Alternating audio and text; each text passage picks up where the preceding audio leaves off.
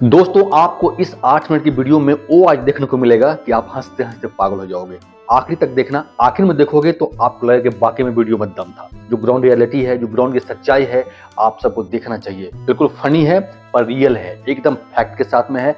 आप देखिए, समझिए एक्चुअल में लोगों का माइंड में चलता क्या है, एक्चुअल यहाँ का सिचुएशन क्या है, लोग क्या सोचते हैं, क्योंकि आप इस कंट्री में रहते हैं तो आपको पता होना चाहिए। आनंद लीजिए, आप 8 मिनट में कहीं बोर नहीं हो पाओगे। देखोगे तो आपको वाकई में मजा भी आएगा और आप कहोगे वाकई में यार दम तो था। अगर अच्छा लगे तो लाइक करिएगा, शेयर करिएगा। हमारे प्यारे नबी, हमारे प्यारे आका का खतना कब हुआ था? जवाब देखो बस। कितने साल के वो थे जब उनका खतना हुआ? बता दो। मैं अपने आका के बारे में जानना चाहती हूँ। सही बात है। नबी की मालूमात लेना चाहती हूँ तुमसे। तुम सिर्फ बदतमीजी करती हो। तुम्हें बात करने की बदतमीज हो तुम। मैं प्यारे नबी का सवाल पूछ रही हूँ, तुम प्यारे नबी का जवाब नहीं दे रहे हो। जवाब दो मुझे, प्यारे नबी का खतना कब हुआ था? बताना तो पड़ेगा भाई।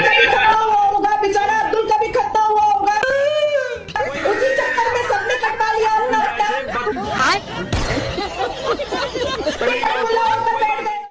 हम पढ़ाई करते हैं मदरसे में। जी जी। देखो ध्यान से, एग्जाम नहीं होते जैसे साइंस, मैथ, फिजिक्स, इनके एग्जाम होते हैं? नहीं नहीं नहीं। कुछ नहीं। आप लोगों को लगता है साइंस जरूरी है हमारे लिए, टेक्नोलॉजी के लिए, देश No. जरूरतों के लिए? देखो। जब तक हम इस दुनिया में हैं, जब तक हमारे लिए ठीक है, लेकिन जब अगर हम मर गए कुछ तो नहीं। हमारे लिए इस ये जो है साइंस है, साइकोलॉजी है, हमारे लिए कुछ किसी काम नहीं आएगी। के बाद जो मदरसे में आपको एजुकेशन दी जाती है वो काम कैसे आएगी वहाँ पे?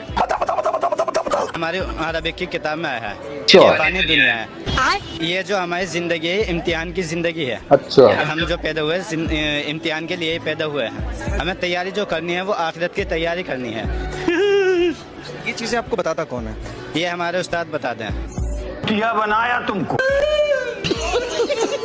मैं अखिलेश यादव का चमचा गगन यादव कहते हैं राम भक्तों में से राम निकाल दूंगा।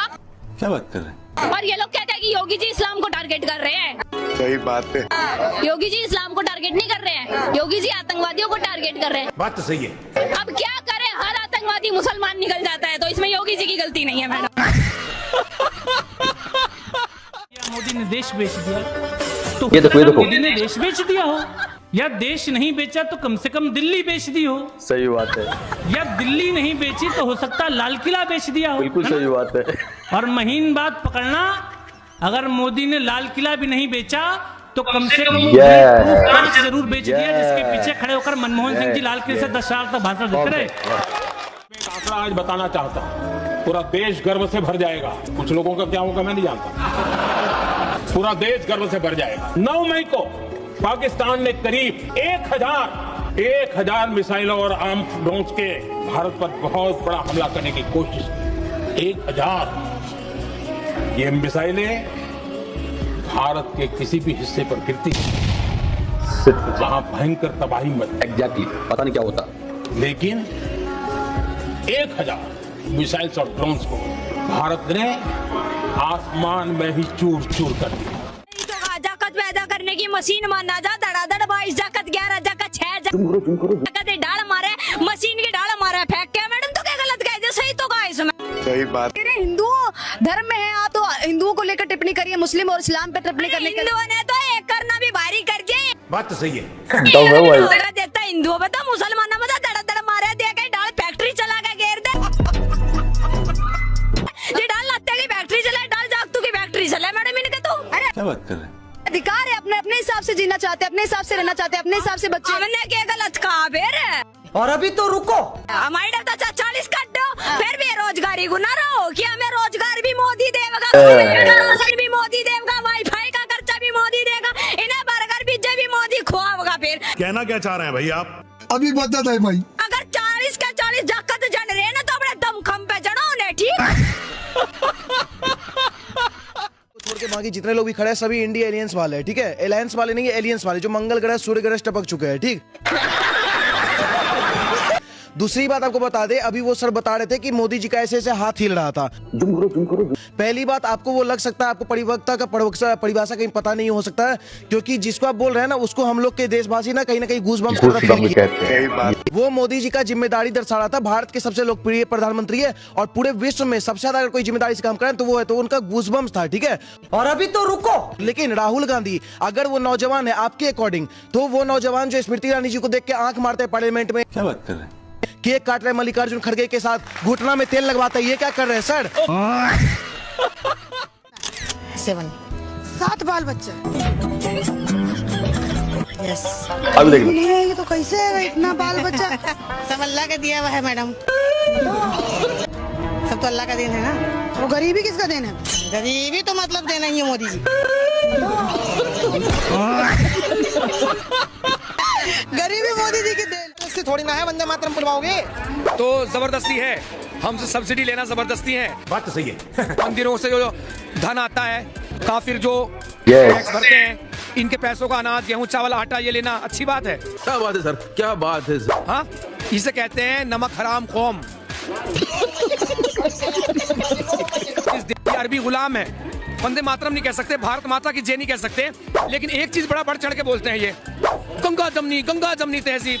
अबे यार, गंगा भी हिंदुओं की, जमुना भी हिंदुओं की, तुम्हारे बाप का क्या? अब आप वही कर रहे हैं। आप प्रधानमंत्री कहते हैं कि हम हिंदू मुसलमान, ये देखो, ये देखो। हम तो आप हिंदू मुसलमान, हम तो करते, मैं तो करता हूँ। इतना ही मैं बोलूंगा, मैं कभी कांग्रेस में था, अभी मैं भूल ही चुका हूँ। पिद्दी वाली घटना आपको चुभ गई है?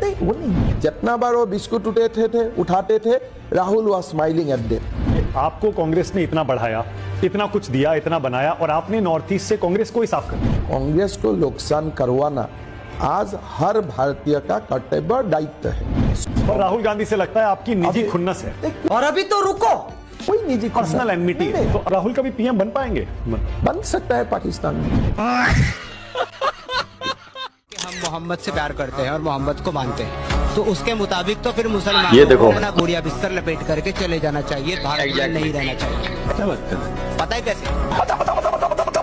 क्योंकि सूरह अन-निसा चैप्टर नंबर 4 की वर्स नंबर 97 ये कहती है कि वो लोग जो ऐसी मुल्क में रहते हो, ऐसी जगह पे रहते हो जहाँ काफिरों की हुकूमत है, और काफिरों का कानून है, अल्लाह का कानून नहीं है, अल्लाह की हुकूमत नहीं है, तो उनको चाहिए कि वो ऐसी जगह से हिजरत करके, माइग्रेट होकर के वहाँ चले जाए जहाँ अल्लाह का कानून है।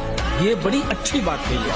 अगर वो ऐसी जमीन में रहकर मर गए जहाँ काफिर की हुकूमत है और वो वहाँ से गए नहीं, ऐसे सारे लोग जहन्नम में जाएंगे। मैं नहीं कह रहा, कुरान कहता है चैप्टर नंबर 4 सूरह अन-निसा वर्स नंबर 97। मुसलमानों खोल के पढ़ो। अल्पसंख्यक से क्या दुश्मन? अरे मुझे बांग्लादेश से क्या लेना देना है, भाड़ में जाए बांग्लादेश। वहाँ के अल्पसंख्यक भी हमारे। इसको देखो ध्यान से। मुझे क्या लेना देना उससे, मैं हिंदुस्तानी नागरिक हूँ, हिंदुस्तान की फिक्र करूँ। गाजा फिलिस्तीन से क्यों चिंता होती है? वहाँ वालों के लिए क्यों बोलने लगते हैं? जैसे इंसानियत के नाते बांग्लादेश के लोगों के लिए कह रहा हूँ कि नहीं बुरा हो रहा है। ये बात क्यों कह रहे हैं कि मतलब क्या है, हमें उससे क्या लेना देना है? बांग्लादेश से क्या? बोलिए, गाजा फिलिस्तीन से हमें क्या लेना है? आप कह दीजिए, आप बांग्लादेश के लिए तो आप कह रहे हैं ना सर कि बांग्लादेश से हमें क्या लेना देना है, गाजा फिलिस्तीन के लिए बोलिए हमें क्या लेना देना है? आपको पता है सरकार ने कितनी एड भेजी है? आप लोग आप अपनी बात बोलिए ना सर। सरकार से बैठेंगे तो हम सरकार से भी चर्चा करेंगे के साथ हूँ। लेकिन आप बताइए ना, आप बांग्लादेश सरकार के कहने पे बोल रहे हैं। सुनिए, मैं बांग्लादेश सरकार के कहने पे बोल रहे हैं। मैं तो अपनी सरकार के साथ खड़ा हूँ। ना फिलिस्तीन के साथ है, ना बांग्लादेश के साथ है, आप भारत के साथ हूँ। कहना क्या चाह रहे हैं भाई आप? एक अल्पसंख्यक मिनिस्टर था, उसको खत्म कर दिया। और अभी तो रुको, किरण रिजिजू क्या है? सुनो मेरी बात, बाकी जो क्रिश्चियन मंत्री है वो क्या है? सबसे बड़ी वो जो सिख मंत्री है वो क्या है? जल्दी बोल, कल सुबह पनवेल निकल। जो 47 के बाद से अब तक जो सबसे बड़ी माइनॉरिटी है देश की, उसका माइनॉरिटी होती है। और सरदार पटेल के शब्दों में तो ये तक कहा गया कि इसे माइनॉरिटी ना माना जाए, जो देश का विभाजन कर सकती है उसे माइनॉरिटी ना माना जाए। बात तो सही है।